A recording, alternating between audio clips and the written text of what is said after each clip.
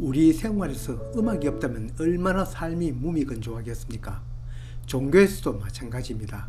기독교에서 예배를 올리기 전에도 또 도중에도 노래를 부릅니다. 바로 찬송가죠.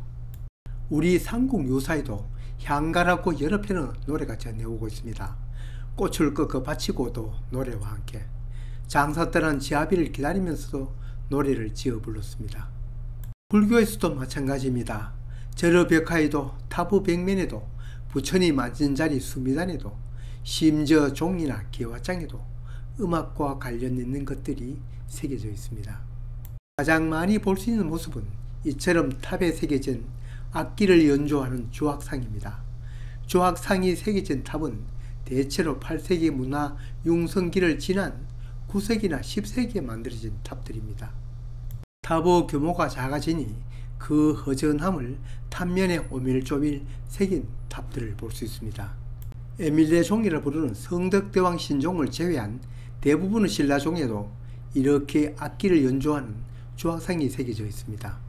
그러나 이 영상에서 얘기하려는 것은 연주하는 사람의 모습이 아닌 음악의 신 묘음조 가릉빈가에 대한 이야기입니다.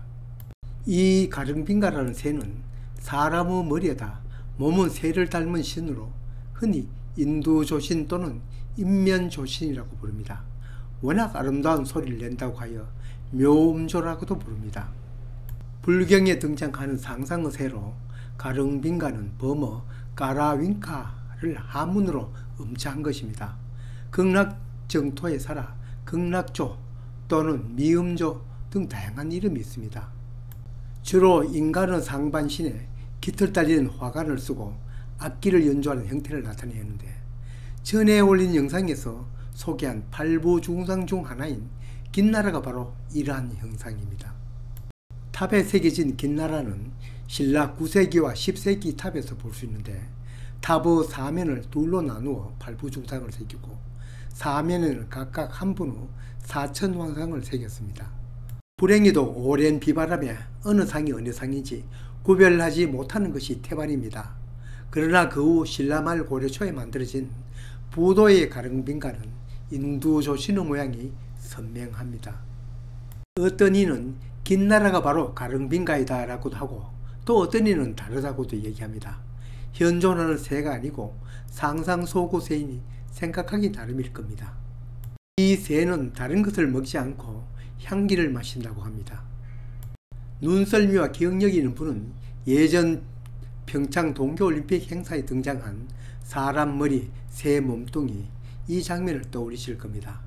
그러나 이건 불교 설화 속에 나오는 가릉빈가인지는 연출한 작가에게 물어보아야 할 겁니다. 인두조신의 형상은 우리 설화 속에서도 나옴직하고 또 충분히 상상할 수 있는 모습이기 때문입니다.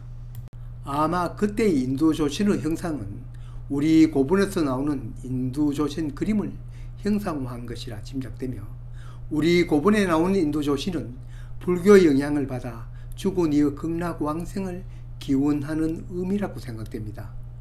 물론 여기에 대해서도 이러한 인두조신의 형상은 전통적인 신앙에서 나왔다고 생각할 수도 있습니다.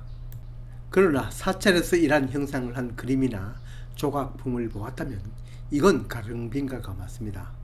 이 가릉빈가는 영천 은내사 말사인 백홍암 극락전 불상을 안치하기 위한 단인 수미단에 새겨진 여러 문양 중 하나입니다. 이 백홍암 극락전 수미단에는 가릉빈가 외에도 형형색색 여러 문양이 새겨진 보기 드문 아름다운 수미단입니다. 부처님의 앉은 자리 좌대를 수미단이라고 부르는 것은 부처님이 사는 곳이 바로 상상 속 수미산이어서 붙여진 이름입니다.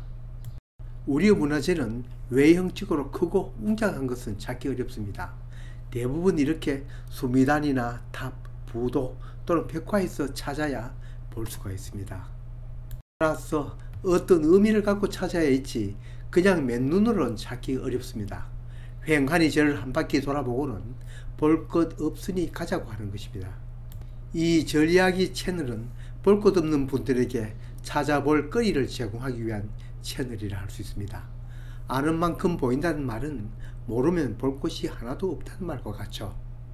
이 가릉빈가는 박물관에 갔을 때의 기와장 수막새에 새겨진 인두조신의 모습이나 사찰의 벽화, 비공포, 수미단, 창살, 또 보도에 새겨진 수많은 문양 중에 들어있습니다. 사찰에서 볼 수 있는 여러 부도 중 조형적인 아름다움을 찾는다면 단연코 부도에 새겨진 가릉빈가를 꼽을 수 있습니다. 부도에 새겨진 가릉빈가는 주로 상대석 난간에 새겨져 있는 것을 볼 수 있는데 부도마다의 그 형상은 비슷합니다. 어떤 부도에서는 여러 겹의 안상을 새긴 후 거기다 귀엽고 아름다운 가릉빈가를 새겨 놓았습니다. 비록 크기는 작지만 그 아름다움은 다른 어떤 훌륭한 문화재와 어깨를 겨룰 만합니다.